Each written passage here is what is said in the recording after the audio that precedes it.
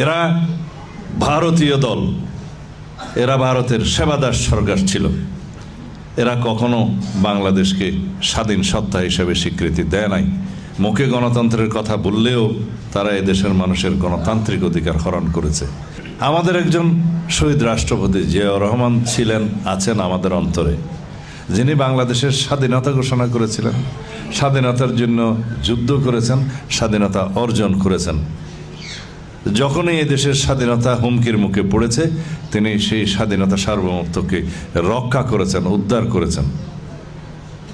তিনি 1979 সালে বহুদলীয় গণতন্ত্রের প্রবর্তন করে এই দেশের মানুষের রাজনৈতিক অধিকার, গণতান্ত্রিক অধিকার প্রতিষ্ঠা করেছেন, আইনের শাসন প্রতিষ্ঠা করেছেন, বিচার বিভাগের স্বাধীনতা নিশ্চিত করেছেন, গণমাধ্যমের স্বাধীনতা নিশ্চিত করেছেন। সিল্কোর সিল্ক অ্যান্ড শাইন, যাতে আছে আর্গান অয়েল ও ওট প্রোটিনের গুডনেস, যা আপনার চুলকে রাখে হেলদি অ্যান্ড শাইনিং। এদেশের মানুষের জন্য উন্নয়ন, কল্যাণ করেছেন। এদেশকে স্বনির্ভর করার জন্য তিনি অনেক পদক্ষেপ নিয়েছিলেন, যার ফল আমরা এখনো পাই। দেশনেত্রী বেগম খালেদা জিয়া স্বৈরাচার বিরোধী সংগ্রাম করতে করতে, দীর্ঘ 9 বছরের সামরিক স্বৈর শাসন বিরোধী সংগ্রাম করতে করতে এদেশে গণতন্ত্র পুনঃপ্রতিষ্ঠা করেছিলেন।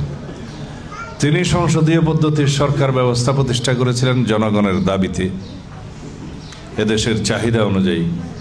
তিনি তত্ত্বাবধায়ক সরকার ব্যবস্থা প্রতিষ্ঠা করে নিরপেক্ষ নির্বাচনের ব্যবস্থা করেছিলেন।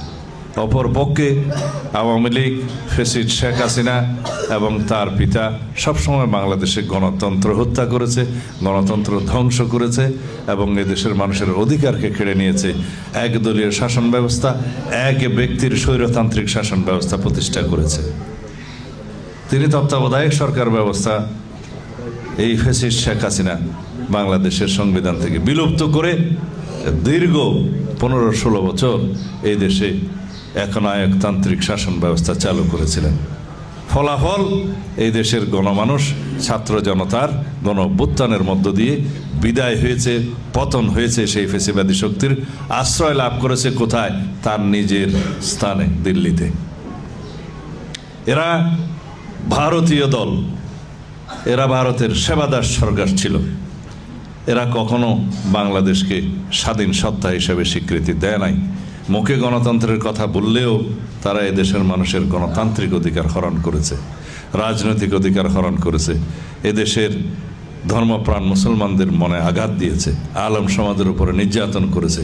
এরা ইসলাম বিদ্বেষী সরকার ছিল। এই ফেসিবাদী আওয়ামী লীগ আলেম বিদ্বেষী সরকার ছিল এবং ইসলাম বিদ্বেষী সরকার ছিল। তারা এদেশের আলেম সমাজের উপরে অসীম নির্যাতন চালিয়েছে। তারা গণহত্যা করেছে শাপলা চত্বরে। এদেশের নিরীহ মাদ্রাসা শিক্ষার্থীদেরকে তারা হত্যা করেছে রাতের অন্ধকারে। আলেম সমাজকে হত্যা করেছে, আলেমদেরকে কারাগারে নিক্ষেপ করেছে। এইভাবে তারা এই দেশের গণমানুষের বিপক্ষে দাঁড়িয়েছে, এদেশের গণতন্ত্রের বিপক্ষে দাঁড়িয়েছে, ধ্বংস করেছে গণতন্ত্র। এদেশের আপামর জনগণের বিরুদ্ধে তারা দাঁড়িয়েছে। ফলস্বরূপ এই দেশ থেকে চিরতরে তারা উৎখাত হয়ে গিয়েছে। সুতরাং আমরা আগামীর বাংলাদেশ কীরকম বাংলাদেশ চাই, জনগণ ইতিমধ্যেই আমাদেরকে বলে দিয়েছে যে আমরা গণতান্ত্রিক শক্তিশালী বাংলাদেশ চাই, আমরা বৈষম্যহীন বাংলাদেশ চাই।